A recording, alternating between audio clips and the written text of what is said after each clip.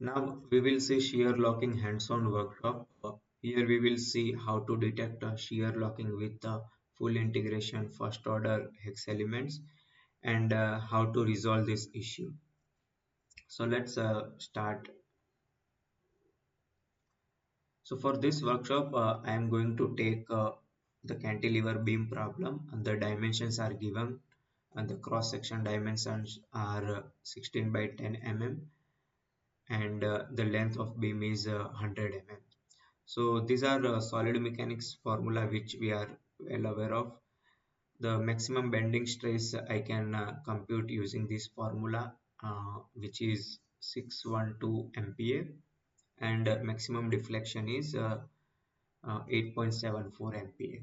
And for given this moment 163 K 163,000 Newton into mm.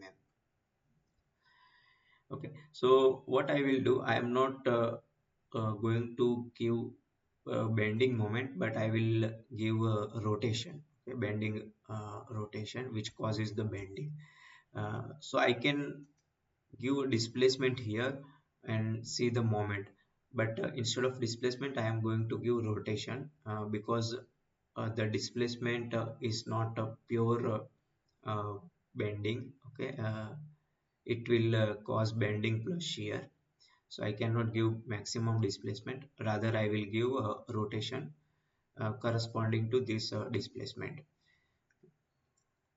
So I have done iterations no, to compute uh, to get the equivalent rotation for this displacement, okay, which is 0.174 radians.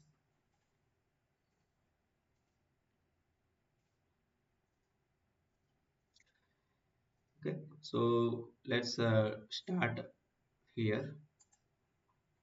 So this is my geometry 16 by 10 mm and length 100 mm. So what I will do first, I will mesh this model with only one element. So we will start here and say meshing parameter. Since I know the 100 mm, so I will keep minimum as a 100 and maximum also as 100. So it will mesh with 1 mm, sorry, one element, the entire structure. So I will change this to say advanced and say second order no and coordinated yes.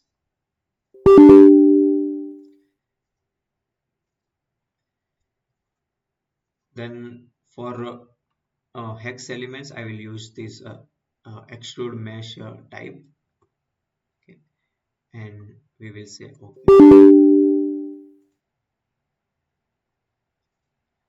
Okay, so this direction is okay. Then in cross section also I will use only one element, so I will go to mesh refinement and pick this edge. I will say 16 mm, so it is only one element.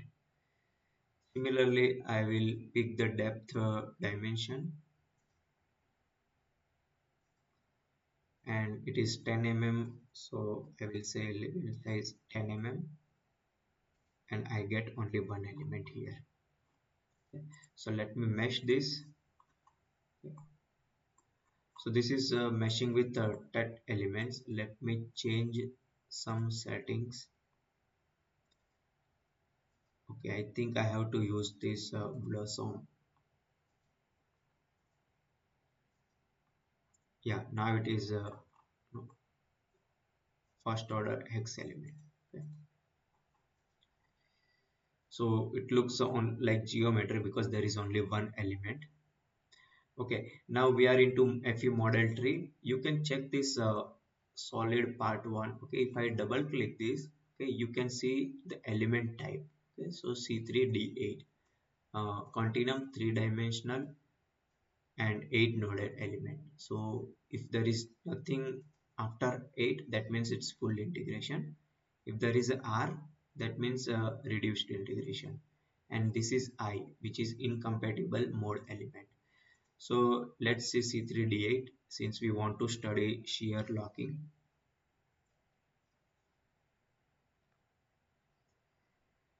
Okay, so I will create material quickly.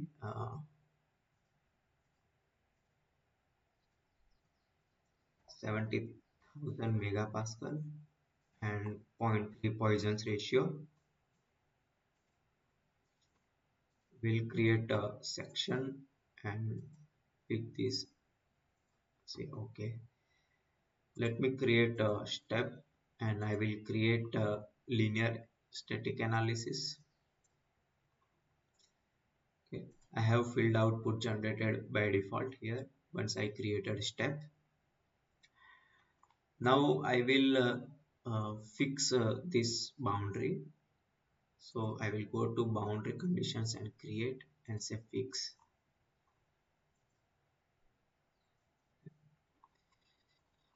At this end I will assign a rotation, okay, theta. So for that I need to create a rigid body reference point here. Okay, I will create reference point here so that I can give rotation about this origin.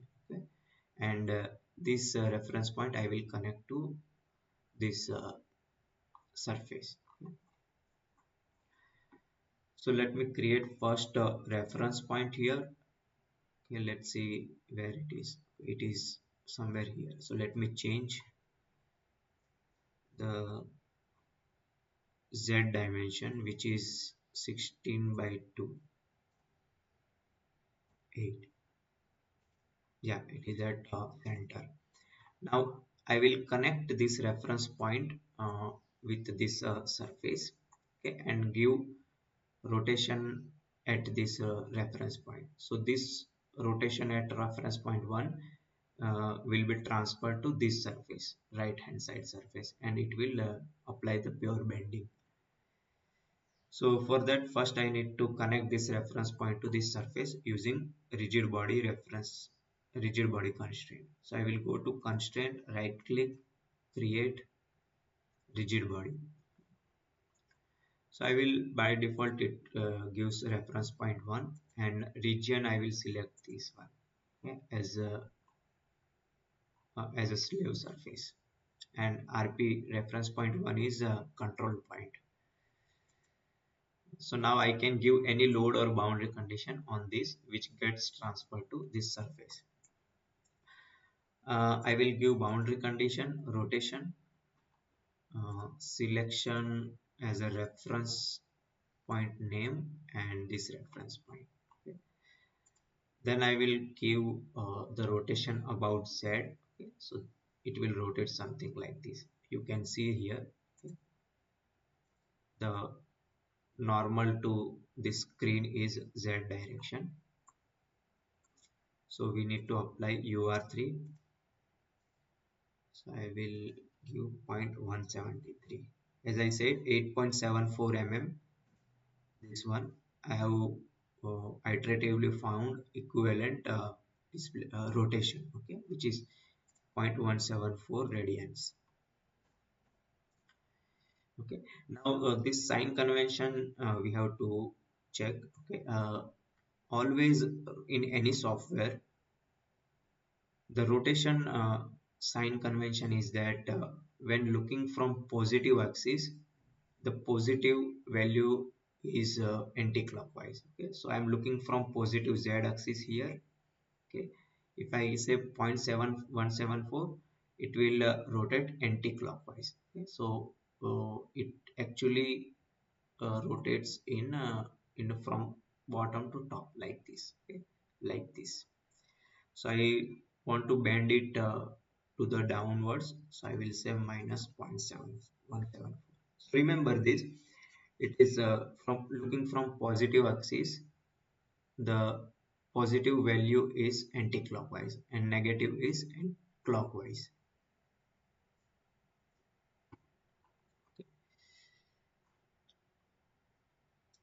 So one more thing we want to do is that we want to create history output as explained in earlier workshop. We want to see integration stress output. So I will say S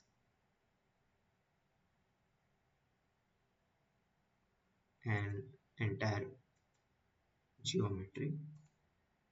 Similarly, we will create nodal output for reaction forces at this surface where we have fixed.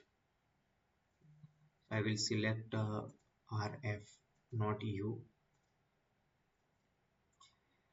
and I will also monitor the reaction force at this reference point. So region type will change it to reference point name, and here also I will change it to RF.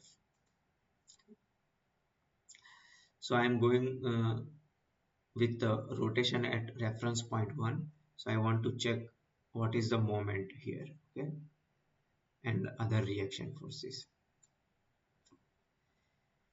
Okay, so with that I think it is okay. Let's see. I will let me save the model here. I will save it as C3D8 in a Shear locking folder,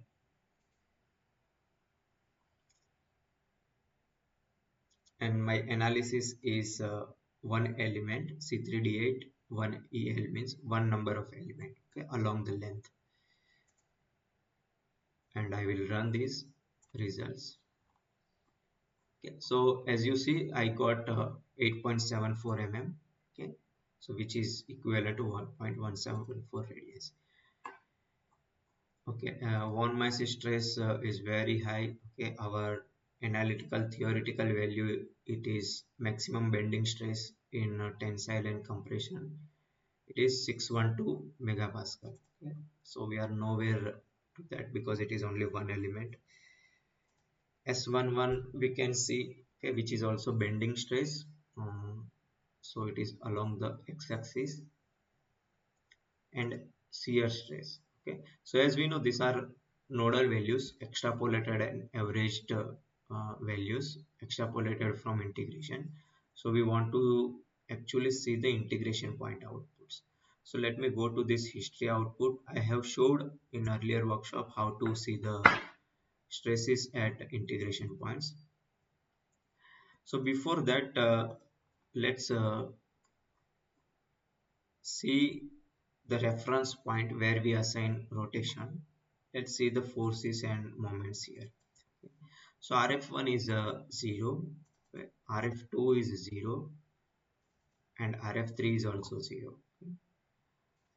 RM1 is almost close to 0. RM2 is also 0, reaction moment at about Y, and reaction moment about Z is 6464K. Okay,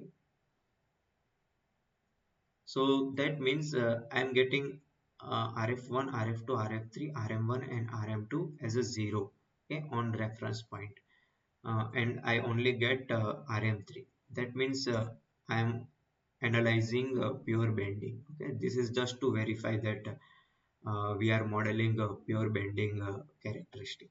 Okay, so that's clear. Now let's see the reaction forces at constraint points.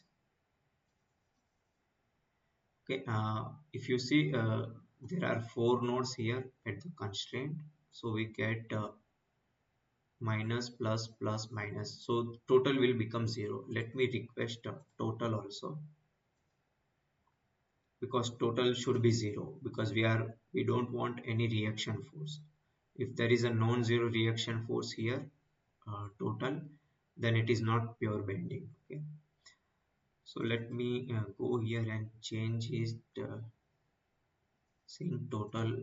Yes, I will rerun this.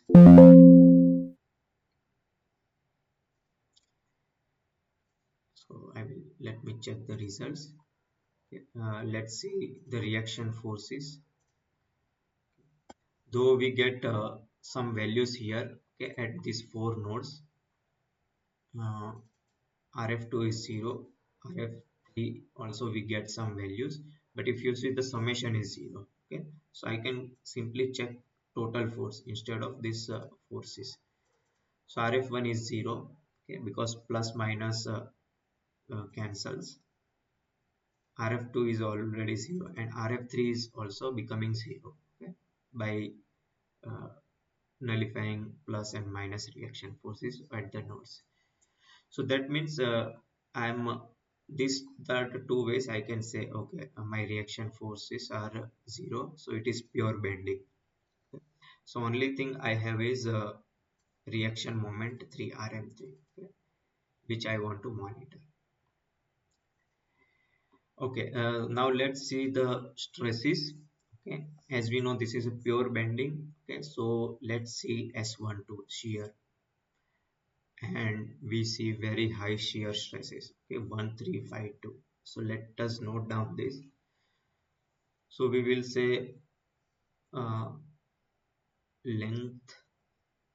Okay, we are saying one element. Okay, one element.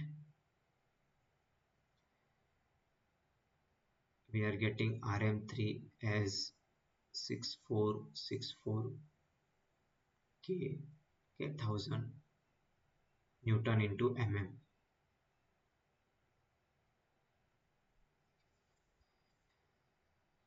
S11 and S12. So S12 we are getting uh, 1350. Okay, if you see here, there are some positive and negative. Okay, we have seen this in shear locking theory that the integration points, the left hand side integration points have positive shear strain, okay, and right hand side will have negative shear strains. Okay, so that's what it is showing here. Okay, one this is first order full integration element, so one element with 8 integration points, so one uh, underscore 1 1 underscore 2 and so on. Okay, so element number 1, the first is element number 1, the second index is integration point. So I have 8 integration point for this one element.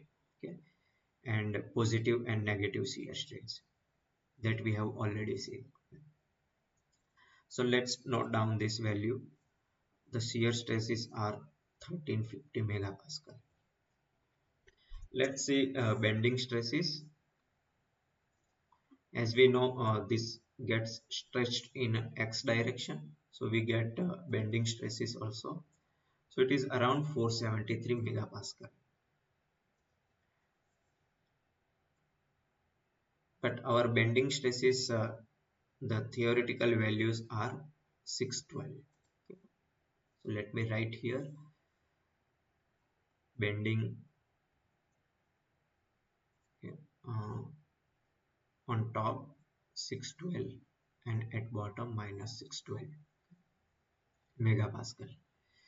But we are getting 473 and minus 473 plus and minus. Okay. We can see it here sign, okay, plus on top, minus at bottom, whereas shear is plus on left side and negative shear on right side. Okay, and we can also see the sign here, okay, this from the contour plus and minus for S11.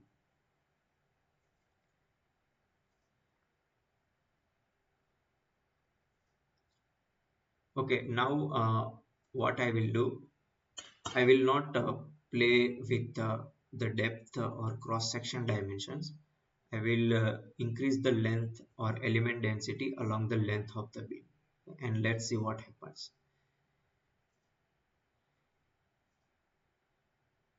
And as we see, the bending moment should be 163K. Okay, so let me note down that as well. RM3, okay, should be 163K Newton into mm. Here I am getting, let me write it clearly, 6464K. Okay, so now I will increase the elements along the length, which is 50, and here I will put 50. So now I have two elements. Let me create analysis. C3D8 two element along the length, and let's see the results. Okay, let's once again verify this forces. Okay, it is 0, RF1, RF2, RF3. Similarly, RM1, RM2 are 0, and RM3, okay, which is 1762K. So two element along length 1762.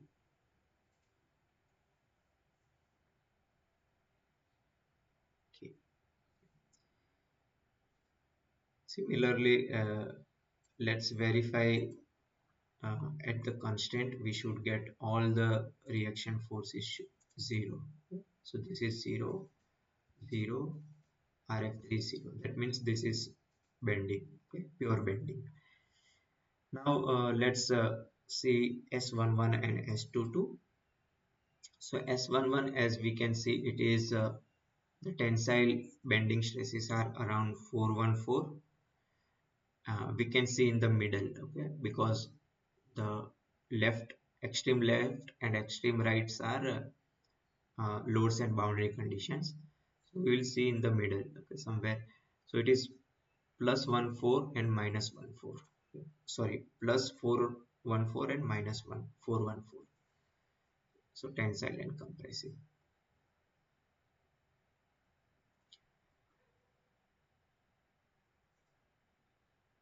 We can see here S11, okay, plus minus. These are extrapolated values, okay, which are crossing our theoretical values. Theoretical is 612 and we are getting 820. Since these are no, extrapolated and averaged values at nodes, so we are seeing this integration point. Shear stresses are 676 megapascal.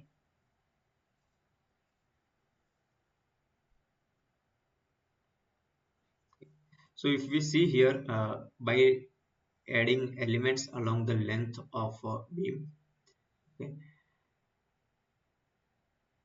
uh, the bending stresses, okay, not bending stresses, but the shear stresses contribution is reducing, okay, from 135 to 676, and also the bending moment, it is also reducing, okay. So bending moment, I should get this much 163K. I am not close to that, but it is reducing, okay. I am moving close to 163K. And shear stresses, as we know it should be 0, right? Should be 0, because this is pure bending and we don't want any parasitic shear stresses. So now let's add more elements.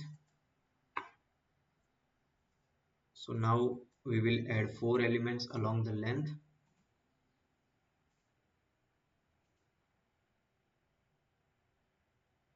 and run analysis.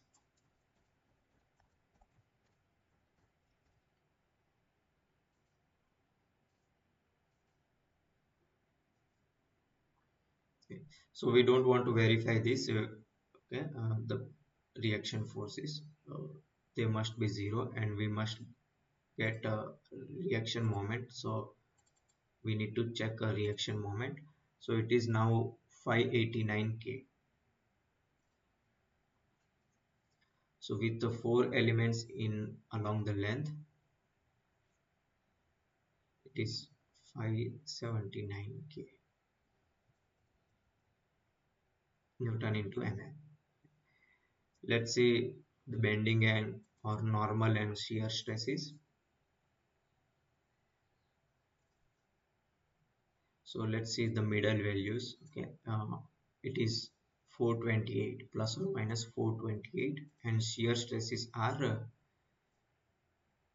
340, 428 and 340.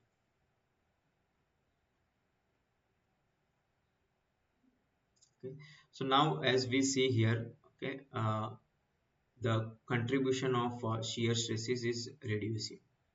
Okay, that is good. Okay, and I am moving closer to the actual theoretical bending moment value. Okay. So now let's add more elements.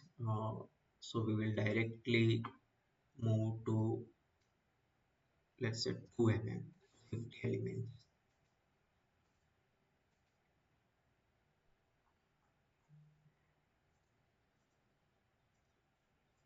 C3D8, 50 element along the length.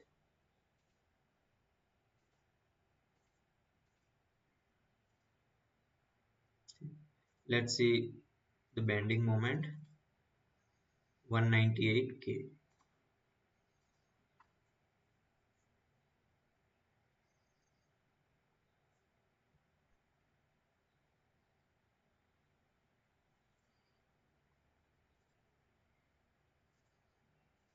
And shear and normal stresses.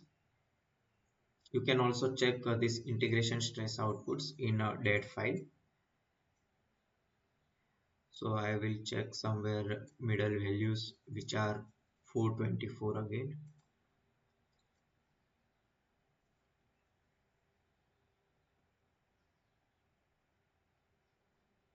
So these values reducing or increasing, we are not checking that exactly. Okay, we are just monitoring values somewhere in middle. Okay. So it won't be exactly. We are not checking exact location outputs. Okay. So here we will not be able to match. But generally, what we are seeing is that bending stresses are remaining constant, okay, in the same range. And let's say shear stresses.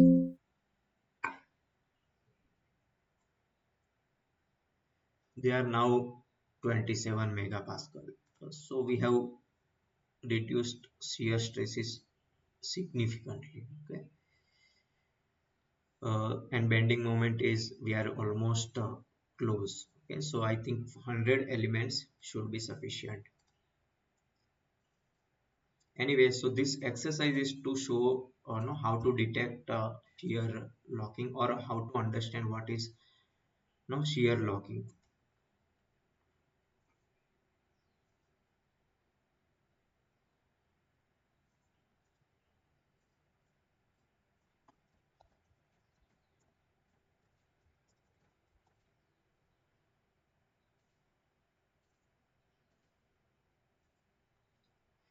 Okay, so let's see the bending moment,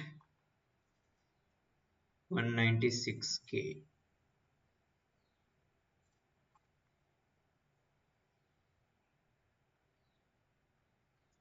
So it is not much improvement here from previous one. And S11 is now somewhere same. Okay, 424. As I said, it is the bending stresses are not changing. Okay, so bending stresses, as we have seen here, okay, the bending stresses, the shear stresses or strains are change in angle, whereas bending stresses and strains are the change in length along x direction. Okay, so this is uh, here. Okay, so the length before deformation and after deformation. Okay, so that is the stretching or compression, that is our bending stresses, okay, that produces bending stresses. So along x, okay, epsilon 11 or sigma 11.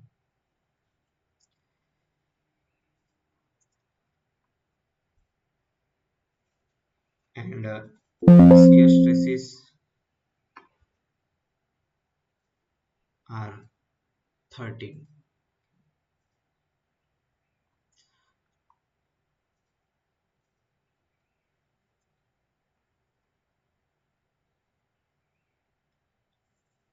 Okay, so what we can conclude here, no, from this, we can say that along the length, if we increase the elements or refine the elements, we are overcoming shear locking issue. Okay, and it is no, we can also visually understand it.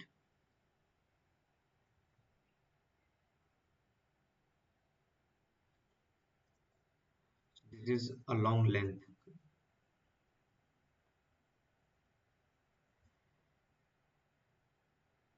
So this is with one element discretization along length. If we add two elements,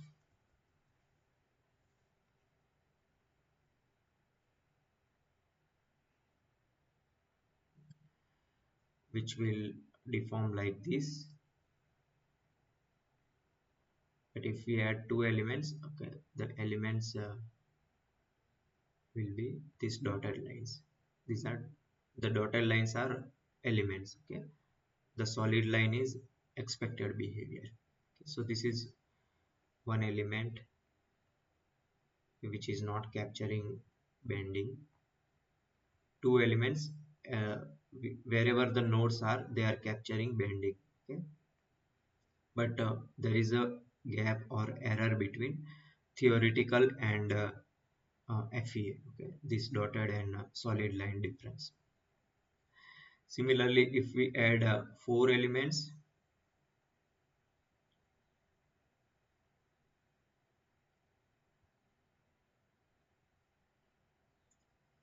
so the error will reduce. Okay, so this dotted line,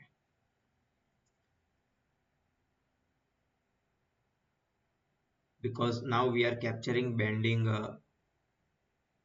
mode of behavior very much closely. Okay, so as you increase the elements, okay, refine, okay, you basically no reduce, you are reducing the shear design non-desirable shear stresses. Okay. Okay, so this is how we resolve the issue of shear locking by refining the elements. Okay, not along not no along the depth or width, but along the length. So let's see what happens if we increase the element in cross section. So I'll go here and add two elements, 8 mm, and this is 5 mm.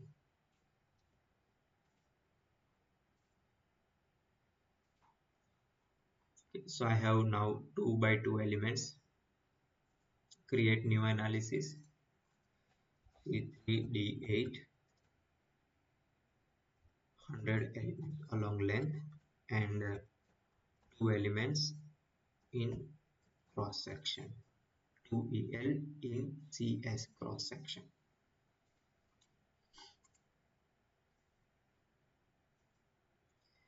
Okay, so let's see the bending moment now.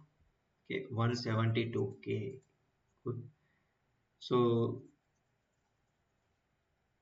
the remaining, no, the accuracy which we were not getting, okay, by refining along the length, that we have received, that we achieved by cross section. Okay, and that is how it is, right? I mean, we cannot model it with one element. So two elements, we are getting 172K. Let's see the analysis.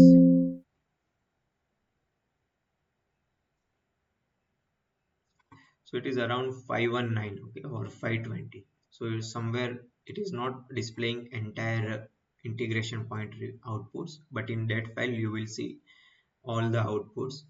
Okay, and it is 520, and somewhere in that file you will be able to see minus 520 as well, compression and tension. So now I am getting here plus or minus 520. So my bending stresses are also improved. Okay, and bending moment is also know, moving close to theoretical value. So both are moving close to theoretical values. And shear, let's see shear.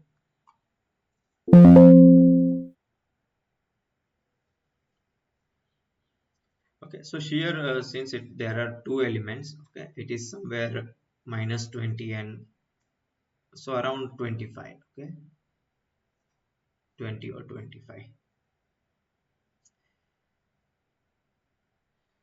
So shear is what it means that no shear contribution is also reducing, because this 13 or 27 is with respect to 428, but with respect to 520, okay, the 20 or 25 is less. That means here if we see the contribution all together, okay, the shear contribution is less. Okay, so that is how no we uh, check the shear locking and overcome the issue of shear locking. So let's add one more refinement along cross section. Okay, I think this should be the last iteration. So this is 4 mm and this is 2.5 mm along thickness.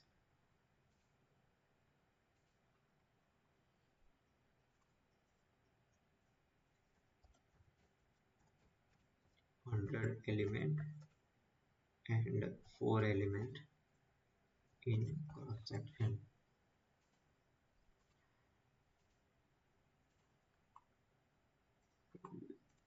Let's quickly check the results. 166K.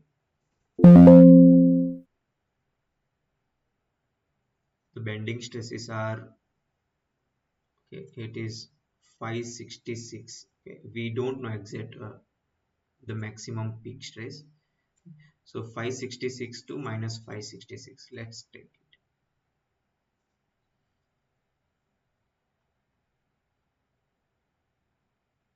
And this is 166K. Okay, so that is almost close to our theoretical bending moment. This is not close to theoretical. Theoretical is 612 megapascal. And you are also seeing some values, 566 and 350. Okay, then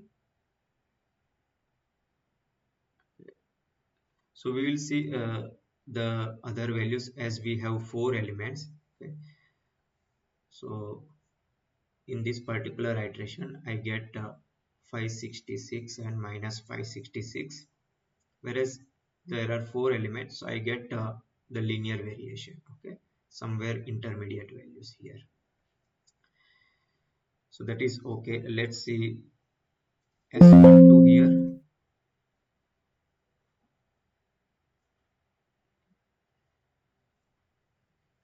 which is also again around 20.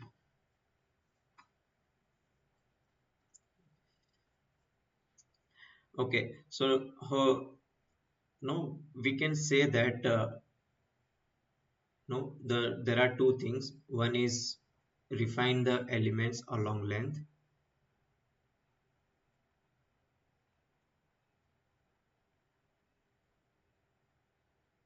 and to get more accurate bending moment and bending stresses, we need to refine the elements along width and depth. Okay. So cross section, four elements. And if you see, we cannot get no, we cannot get close to 612 MPa, because the reason is that, let me make some space here.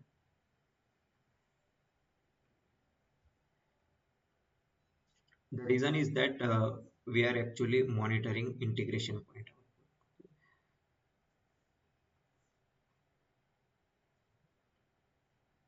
So now this is a cross section. Okay? This is cross section, not length. This was the length. So let's differentiate here. This is cross section. I had one element only. With that I get 473. That is because we are monitoring integration point outputs. Okay, so I get a value actually uh, here, okay, which is this 473, whereas the theoretical value is on the surface, okay, actually on this. So that is the reason we cannot get no theoretical value, because if we add two more elements here along the cross section, I am moving closer to surface, okay, not internal. Okay,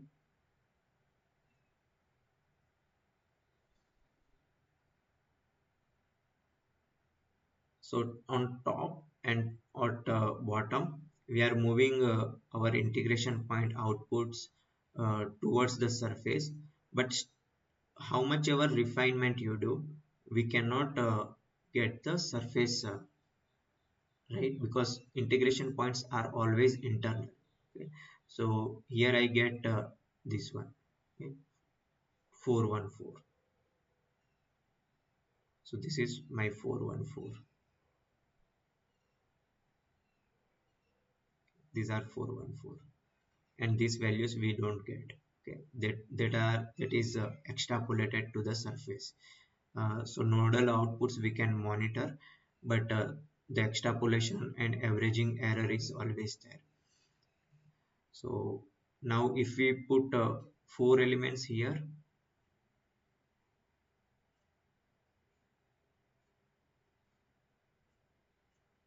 okay, we are even moving closer to the surface.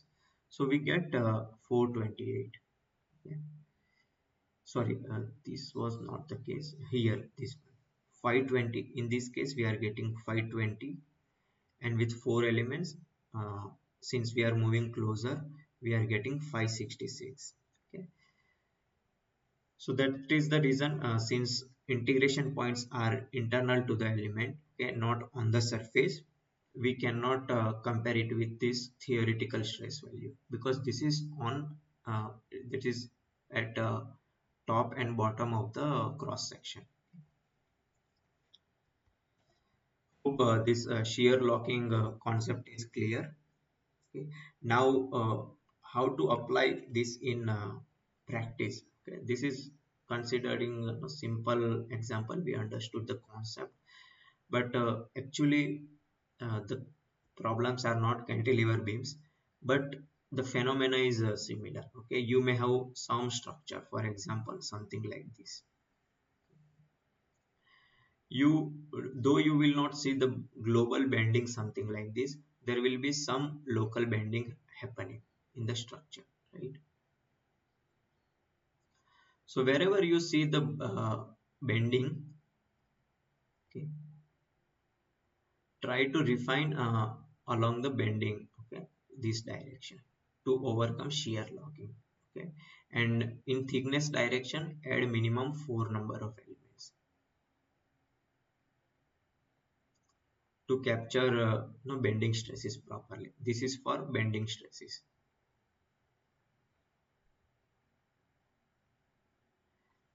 along thickness, whereas this is along the length of beam. You can make similar analogy. Okay, this is along the length, so along this you try to refine as much as possible.